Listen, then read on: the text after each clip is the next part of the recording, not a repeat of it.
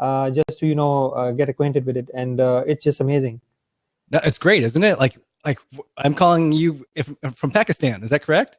Yeah, yeah. I'm based in Pakistan, and you are in San Diego, right? I am. Nice, nice. I was just telling my brother about you. He's based in Sunnyvale, Oh, up there in California. Yeah. So yeah, it's an amazing world. absolutely, absolutely. How are things going with you? Good, good. It's 7 a.m. here, so it's pretty early. But I wake up early anyway. I wake up around 5 a.m., 6 a.m., stuff like that. So fresh and just excited to be talking to you. And it's a beautiful day over here. Great. Let me check these sound levels real quick here, and then we'll get going. Sure. Um, let's see. And guys that are joining us right now, definitely appreciate you guys for being here with us on the show. Today we're going to be talking to Irfan. You go by Irfan, right? Not Zayed. Yeah, that's right. It's Okay. Irfan. But I'm used to being called Sayed as well, so it's okay. Okay, we're here with Irfan, and Irfan's from Pakistan, and he owns a digital agency. He's also an author for Huffington Post. So we have a lot of great content here for you in store. If you have questions, go ahead and queue those up by using /Q, and we'll see those and we'll address them. Okay.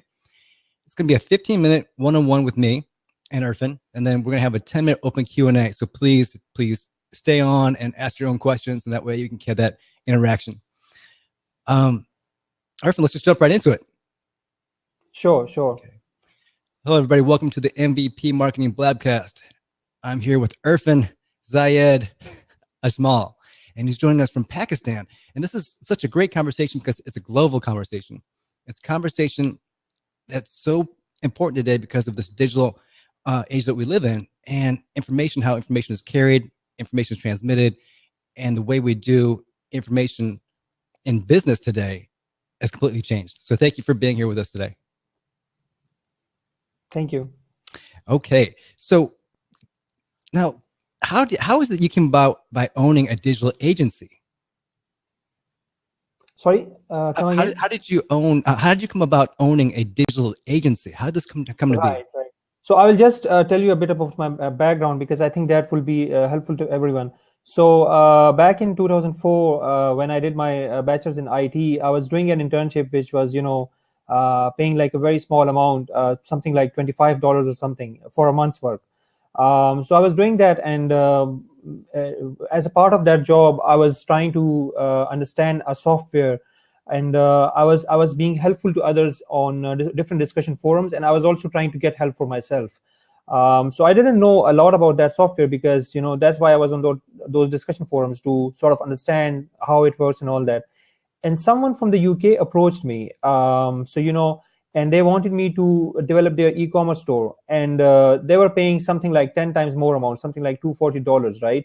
So I mean, surely that's not a lot of amount, but as compared to $25, and for someone who was a young graduate, it was like a game changer for me. It just changed my mindset, right? So I just ditched the internship and started working online fully.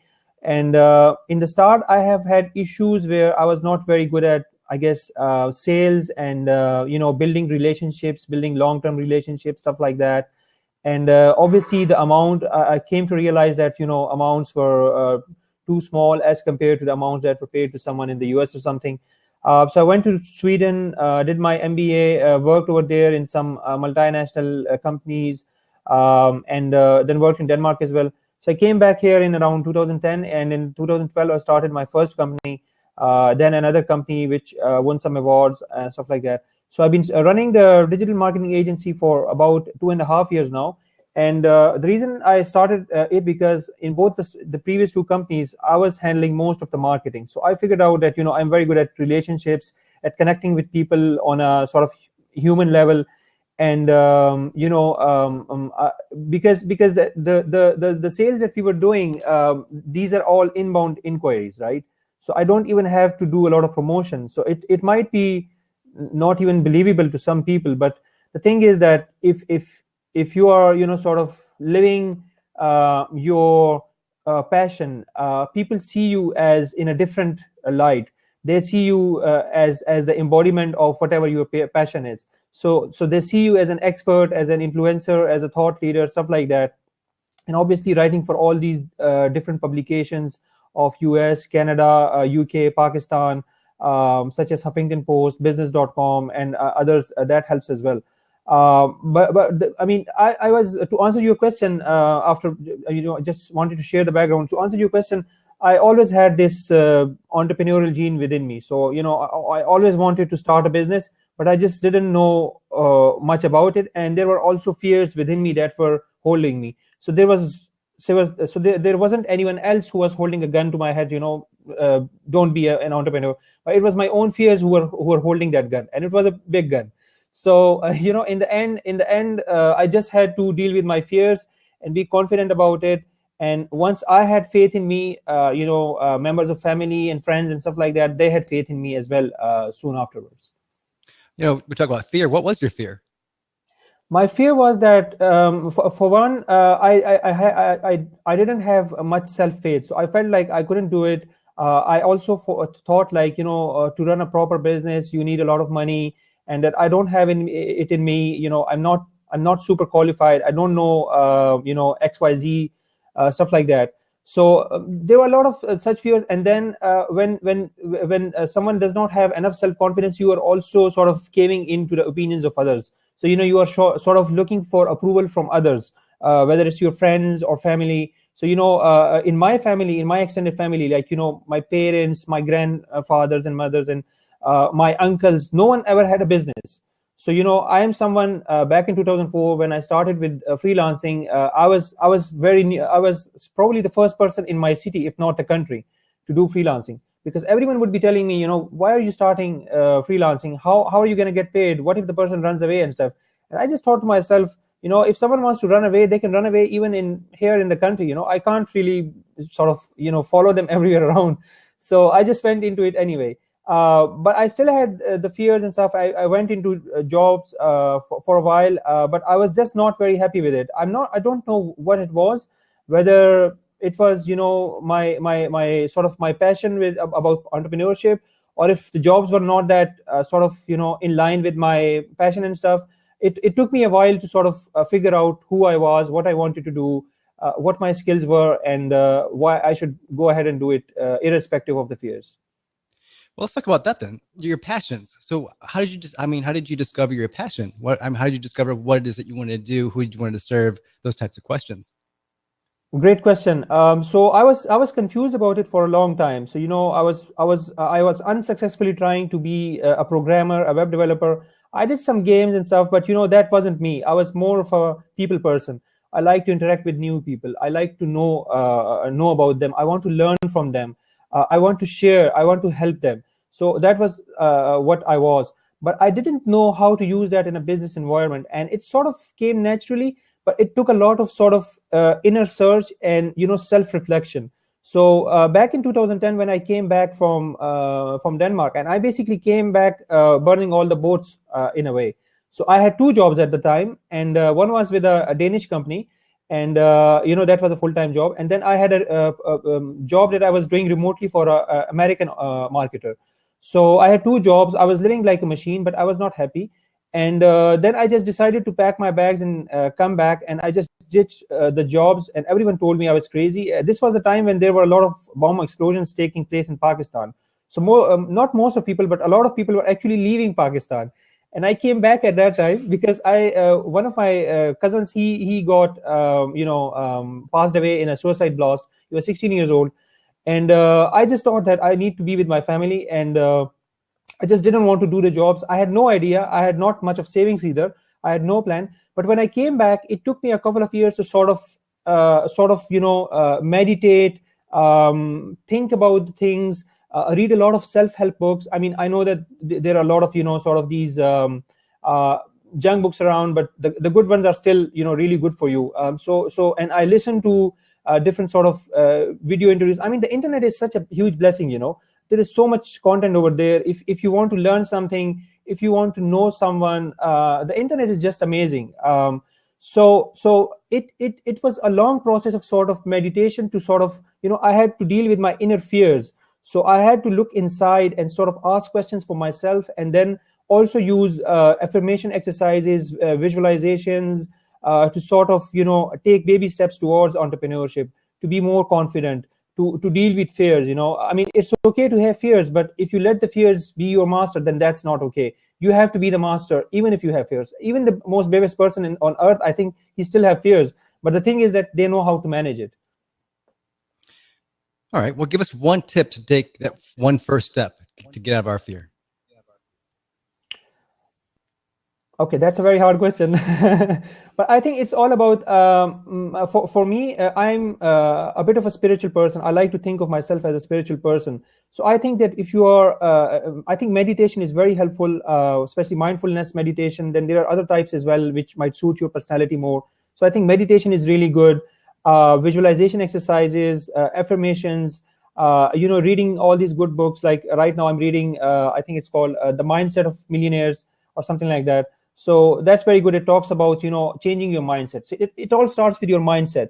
So, if you change your mindset from being, this person who has caved in to all these fears, to someone who says no to fears, who says, what is the worst that can happen? What is the worst that can happen?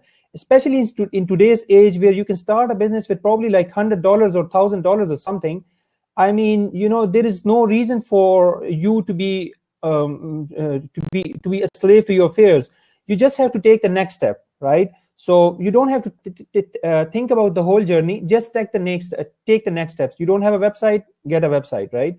You don't have a lot of contacts, start going to events, start interacting with people, start joining shows such as this one, where you will learn a lot, where you interact with people.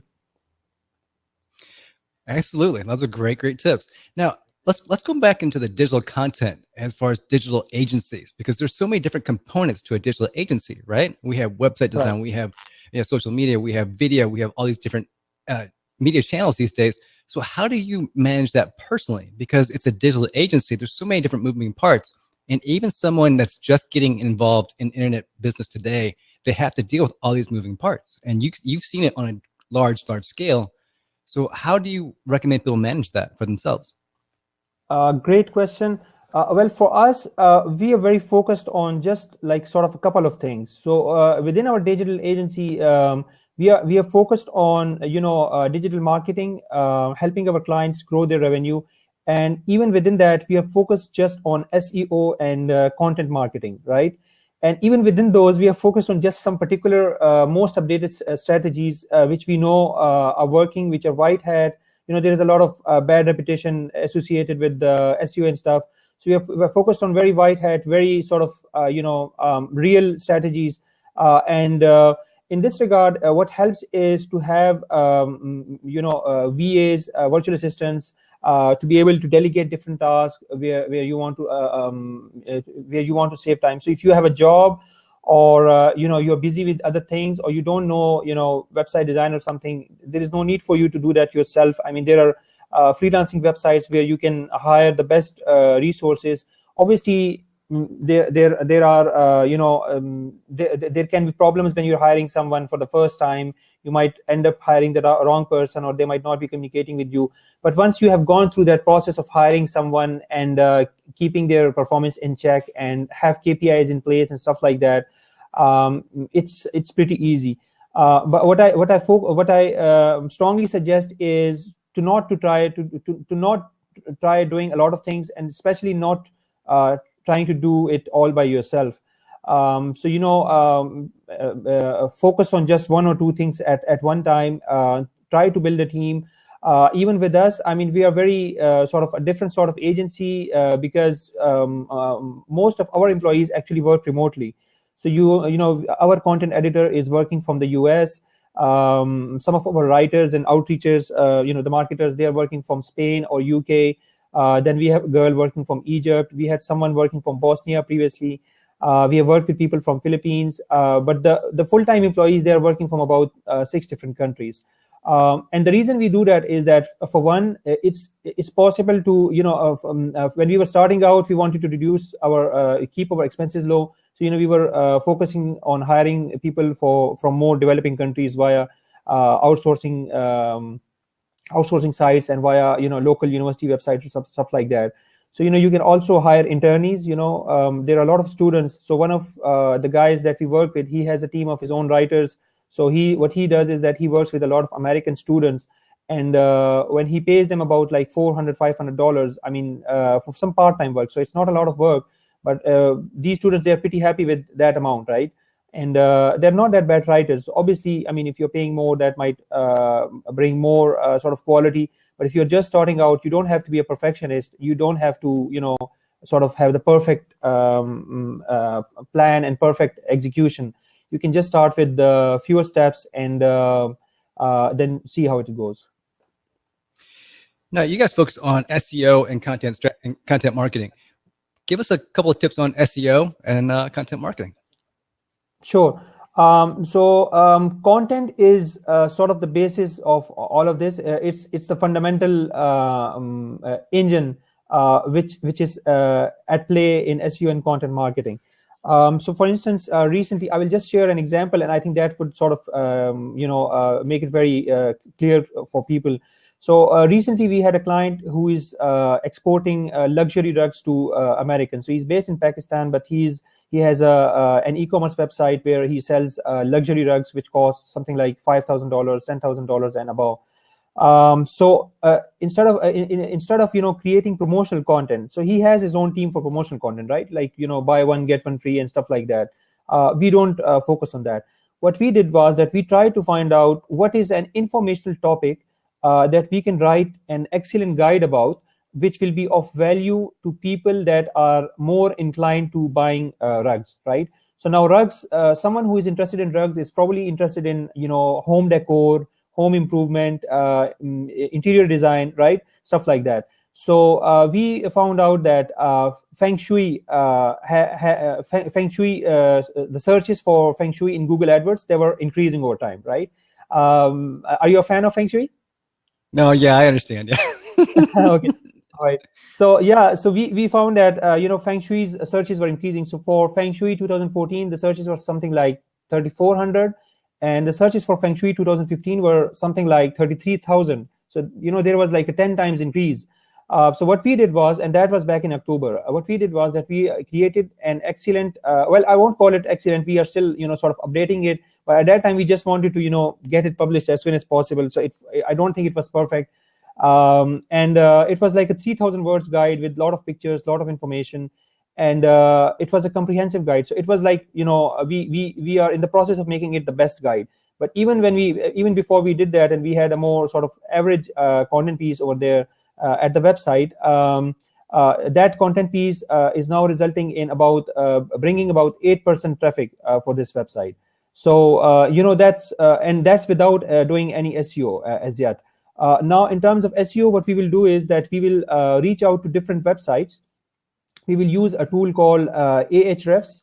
So we will use it to find out the backlinks for companies, for websites which have created similar content piece. So, for instance, if Chuck's website has also written about Feng Shui, we will copy his URL and put it in Ahrefs to see who has mentioned Chuck's Feng Shui guide, right? So we will copy his blog post link, we will put it in Ahrefs, and we will find out who has linked to Chuck's guide.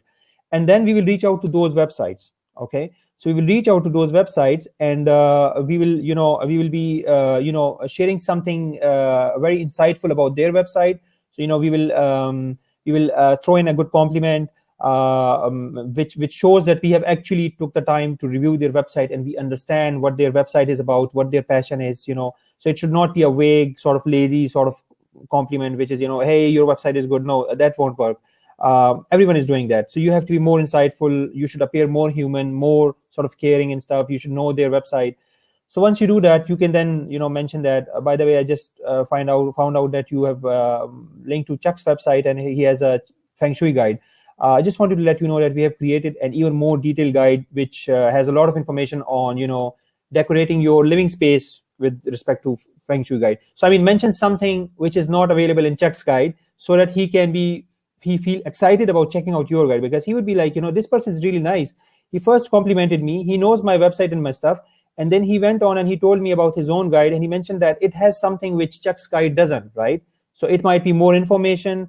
It might be the fact that rather than creating a content piece, a text-based content piece for Chuck's website, we actually created an infographic or a video or something, right? So you have to sort of mention why he needs to click on your link and mention your guide, right? So once we get a response, we don't share any links in the first email. Once we get a response, we just mention, would you like to take a look? And if we get a response, then we share the URL.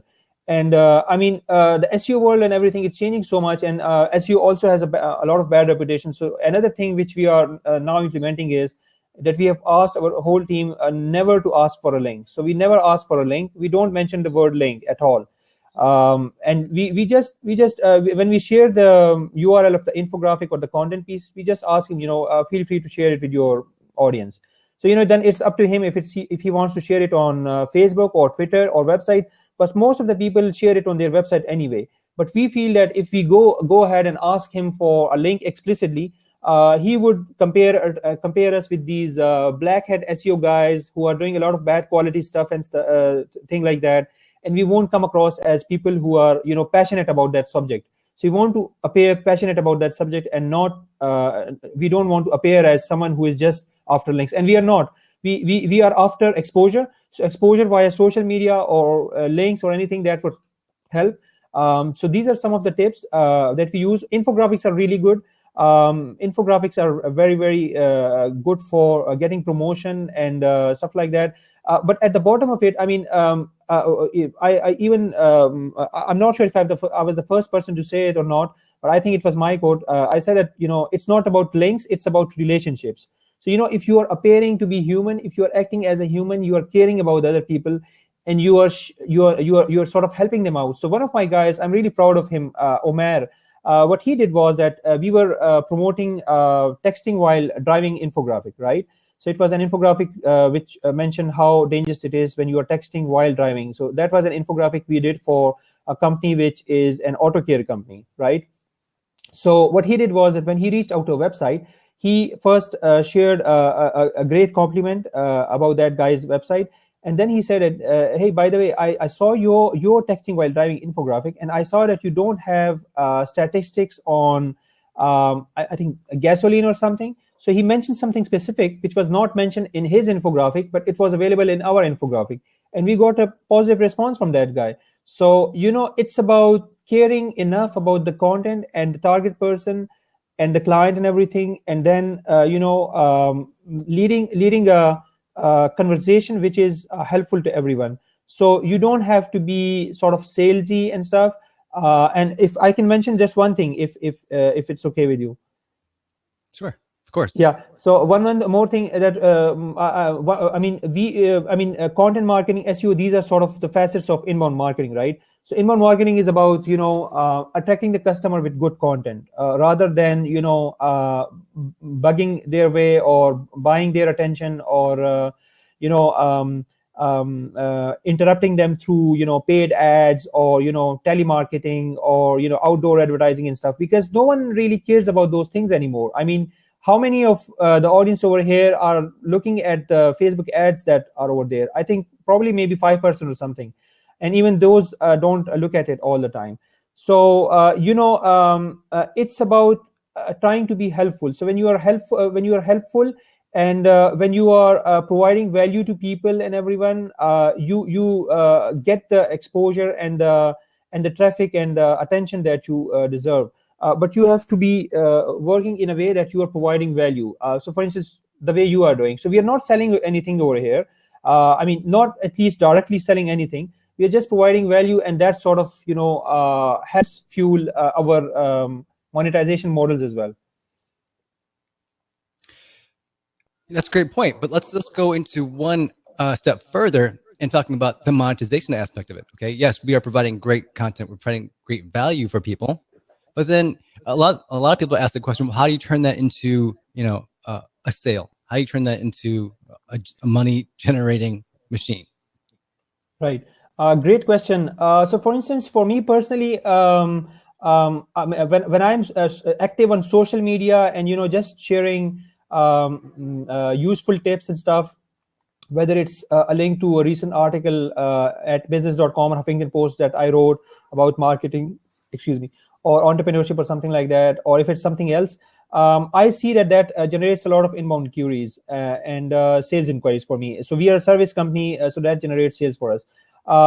And I find that very helpful. So we don't provide this. We don't provide social media marketing or social selling as a service. But for us, it works very well, and it works so well that we have actually been negligent about doing SEO and content marketing for our own websites. So but the social selling and social media marketing, it works very well for us, right? But the thing is that you have to be appear to be helpful. So for instance, I mean, when people reach out to me on LinkedIn, on Twitter, and if the first message that I get from them is about their service, I never buy from them, right? I never buy from them. Really, I don't think I've ever bought from someone, because it just come across very salesy. I mean, you are coming to me and your first message to me is about 5% off, 10% off, stuff like that. I mean, I don't have the time, right? So, but if someone connects to me on a human level and their first, second message is about me, right? So if someone comes to me and says, "Hey, Irfan, I checked your profile. It's really great work you're doing," and I think you did something similar as well, right? So you reached out to me and you were like, you're doing good work, blah blah blah, and then we sort of brought our relationship to a new level. So it's the same that works with clients as well, with prospective clients. There are a lot of sort of if you're a service company, Facebook groups is really getting huge right now. I have heard that Twitter is good as well for social selling. I don't do social selling on Twitter, but for me, Facebook groups has worked a lot, because I'm just sort of helpful to people over there, and they see you as the expert. So they might not interact with you in the group, and but they would reach out to you on private messages, or they will check your website and then reach to you via email. So if you are sharing good stuff that you have, that is happening, case studies, things that you have done, so that would help. In terms of monetization for product based companies, I mean, I think I don't consider myself an expert on that, and I'm not. But I think that once you have enough following, so you can go ahead and sort of monetize that more easily. So you can launch a course, you can start a paid mastermind group, you can start sort of an ebook or something. You can sell an ebook or something on something which your audience cares about. And one thing which I really would like to mention regarding this is that Ryan Levesque, if you have heard of him, so he has wrote the book, The Ask Formula. So I'm just waiting for my copy to read that, but I have read a lot about it. And what he talks about is that, using surveys to get information about whatever you are planning to develop, even before you have developed it, and then using that to sort of pre-sell your product. So I think that's really good as well. Everyone should check that book as well. And I think it's free even right now. When I was buying it, it was free, but there was just some $9 or $10 shipping fee. Maybe it's even lower for the US-based people. Yes, Ryan was actually a guest of the show. He's a great guy. Nice. Perfect. Now, those are great tips. You couldn't ask for anything better. Now, is that actually how you got involved with Huffington Post and business.com? How did you get asked to become a writer or contributor? Yeah, that's a question I get the most these days. So it's a question that a lot of people are very interested in. And it was, for me, I first pitched an article to business.com because a lot of these websites, they have, they want content, right? They want content, and, most of them are not paying anything to their writers. So I won't name names, but most of them are not paying anything to their writers. But the thing is that there are some people who object to that, and I understand their point of view. But there are also others like me who think that, the exposure and the sort of authenticity it brings to your business and your personal brand is, enough monetization value. So for me, I reached out to business.com via their submission portal. So most of these websites have their submission portals, right? So if you Google, Huffington Post submission guidelines or something, you will find their submission portal. So for business.com, I used that, and I had no sort of expectations, because I didn't feel like I would get it. And I even didn't do a follow-up. Follow-ups are very important. So you should be doing that, unlike me. And I think after about 3 months, I got a response from them. And if I recall correctly, I think they first wanted me to do sort of like a test article, like a trial article, to see if I'm good enough and stuff. And I did that, and then they asked me to continue to write for them on a regular basis. For Huffington Post, I employed a different strategy. What I did was that I knew that if I go with through the route of submitting an article via submission guest post, submission portal, my I won't get a response, or I will get it like after 6 months or something, because they get so many people contacting them. So that didn't work for me. So what I did was I basically looked into who is the person, who is the editor over there, who is passionate about stuff that I am writing about, right? And then I I mean I actually in this case I just found that person's email address, and I went with a very sort of personal tip, because I knew that person from some appearances on media and stuff. So I mentioned some of those things. I made a very sort of personal page which sort of showed how passionate I was about writing and the topics that I pitched to them and stuff like that. And I got a response within 24 hours. And I actually helped a couple of other friends to get published in the same manner in Huffington Post. So that was really awesome. But now I have sort of modified this even more. And now some of the other sites that I'm getting published into, I'm getting published on some other top marketing blogs in the next 30 days or something. So in this case, what I did was that I reached out to the editors over social media, over Twitter, LinkedIn. And I first sort of, exchange an intro, sort of, asked about their work, got an understanding, built a bit of a relationship. And then I went ahead and delivered my pitch, and I was, accepted into their writing programs. So, I mean, at the bottom of it, all the business activities and writing and everything, it's relationships. Now, to finish up, because our time actually went by so quickly, I didn't realize how quickly our time went by. Now, to close this up, one of the most important things that I've heard you speak about is your passion for family. Now, family was the reason why you gave it all up and started all over again. But from your devotion to family, that's actually where you started and really found your passion, and where you're able to take it to the next level. Can you tell us a little bit about that? So what really drove you back home? Was there something that happened back home? Did you miss home? Yeah. What was it? Yeah, so when I was living in Sweden and then Denmark, I was quite homesick. I did not had a lot of friends, and I just missed Pakistan. I missed the sunlight.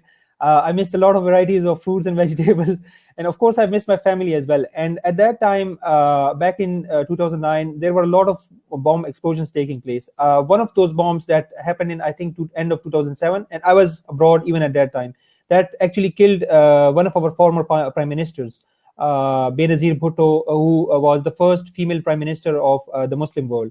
So she was also killed in that bomb blast. And then in 2009, in October, one of my first cousin got killed in a suicide blast, and he was around 16-year-old. And sometimes when for things to change in your life, there is a switch that has to turn off, right? Or turn on or something. So that switch, turned on for me. I was like, I'm doing it for my family, and if I am away from them, what's the point of all of it? And I was, to be honest, I was not also very happy over there. And my job was, so there were a lot of factors, but that was one of the primary factor, right? My cousin's death. Some of the other factors included, there was an economic crisis at that time, and my full-time job that I had in Denmark, that was also being made part-time. I had another job as well, but I was just tired of being away from the family and living like a machine. It was more like a machine life, right? Because being away from family and friends, all you have left is maybe 1 hour of gym and working and all that. So I just packed my bags and came back, and my parents were very happy to see me. Obviously, I was very happy to see them as well. And I feel myself very fortunate to be able to being in Pakistan, being with my family, but also have sort of an international experience, working with offshore clients, writing for good publications internationally and stuff like that. So in that aspect, I feel very fortunate to be able to have that experience.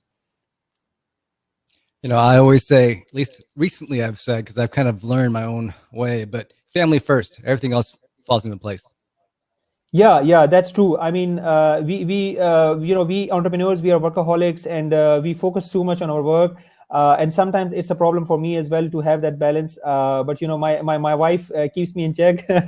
So yeah, I mean, the weekend is fully for the family, and the time after 6 p.m. that's for the family. So we need to have that balance. Very good. Last question. When you moved back home, did you actually live at home? Yeah, yeah. I lived at home, and I still live at home. I mean, are you saying that if I live with family? Yes. Yes. Yeah, yeah, yeah, yeah. I still live with them, and it's a very different culture over here, because here, if I move out and I live away from my family, that would be sort of a very bad thing for the family and everyone. They would be like, Irfan is not caring enough, and the parents that cared for him the whole life, now that they are old, he wants to be away from them. So being with them helps me to be provide some care to them as well, and then being with them also means that they guide us on a lot of things. So I and my wife were going to buy some plants recently, and we asked my mom to come with us. And when she came, we were very happy because she was very smart about it, because she has done a lot of gardening in her life. So having her guidance on everything, and now she's helping my wife with the plants and everything. So that's very good. But we have sort of a separation in the home, so it's a double-story home. And my parents and my sister, they live downstairs, and I and my wife live upstairs. That's perfect. That's absolutely Yeah. perfect. It's strange because I feel the same kind of urge to be with my parents, because I've been fortunate to spend 2 out of the last 3 months back in St. Louis with Right, my parents, and I fly back and forth. right. But when I'm there, it's kind of like that Eastern, I don't know, an Eastern feeling within me. I can give back and they can give to me, and it's really nice. Yeah. Yeah, yeah. I mean, I even have other family members. So my uncle lives close by, and we have other family members. And I think I read about it somewhere in Sweden that so the more progressive societies become, the more sort of progress, at least in terms of materialistic wealth, they become individualistic. So you might be living alone in your apartment, and your brother in another, and your parents separately and stuff. But in developing countries, the families tend to live in a collective environment. I guess that has also to do with a lot of improbabilities in our lives, right? So we have a lot of more improbable lives. There might be a strike, there might be power cutoffs or something. So by living together, that sort of helps. And obviously there are the prices over here are cheap. So for a lot of things. So living in a comparatively bigger house, and sharing meals, and being caring about each other, that's something which is really sort of enriching our life experience. Well, Irfan, listen, thank you so very much for enriching my life and our lives here on the show with all of your great content, all of your great tips, and honestly, your great insights. I think that steals the show right there. So thank you so very much. Well, thank you so much for giving me the opportunity. I'm very pleased to be on your show. You asked some pretty good questions, and I'm happy to be here. And thanks for the listeners, or the audience which are watching the show. And wish you good luck with everything. Okay. Irfan, hey, that was great, man. I definitely appreciate that. That was a great conversation. I really enjoyed it. Thank you so much. Same here. Same here. Well, have a good evening. Okay. What I'll do is when I post this to iTunes, I'll let you know. Okay. Sure, sure, sure. Okay. Yeah, sure. Do that so that I can promote it as well. Okay. Definitely. Thank you, sir. All right. Okay, Good. Chad. Bye. Thank you. Bye bye.